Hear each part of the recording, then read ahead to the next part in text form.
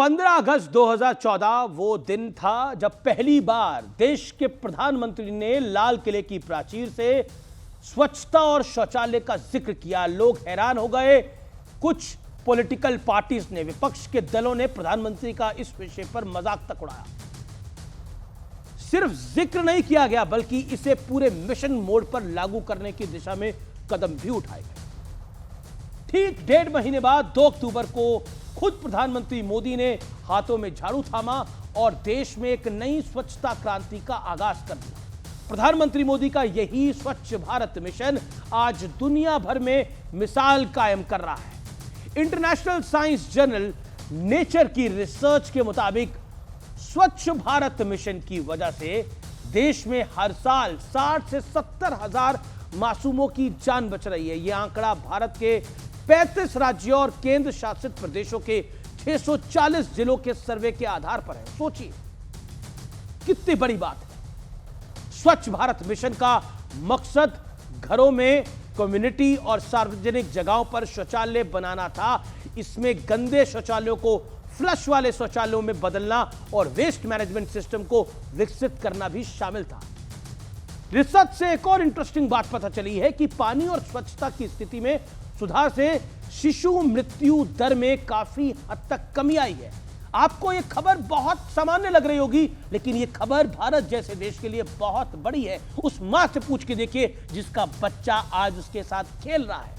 यह बहुत अहम है। जहां खुले में शौच की समस्या बहुत ज्यादा थी, स्वच्छ भारत मिशन के तहत प्रधानमंत्री मोदी ने वर्ष 2020 तक हर घर में शौचालय और देश के हर गांव को खुले में शौच से मुक्त कराने का एक लक्ष्य तय किया था। इसका असर यह हुआ व्यूअर्स कि सिर्फ 6 वर्षों में देश के 10 करोड़ घरों को नए शौचालय मिले और 6 लाख गांव खुले में शौच की समस्या से बाहर निकल आए। सोचिए कितनी बीमारियां बची। आंकड़ों के मुताबिक वर्ष 2003 में जहां प्रति 1000 नवजात शिशु में मृत्यु दर 60 से ज्यादा थी, जो 2020 में घटकर सिर्फ 15 तक रह गई है। इसी तरह से 2003 में जहां सिर्फ 20% लोगों को ही टॉयलेट उपलब्ध थे, जो 2020 में बढ़कर 80% लोगों तक पहुंच गए हैं। सोचिए कितना बड़ा काम हुआ है।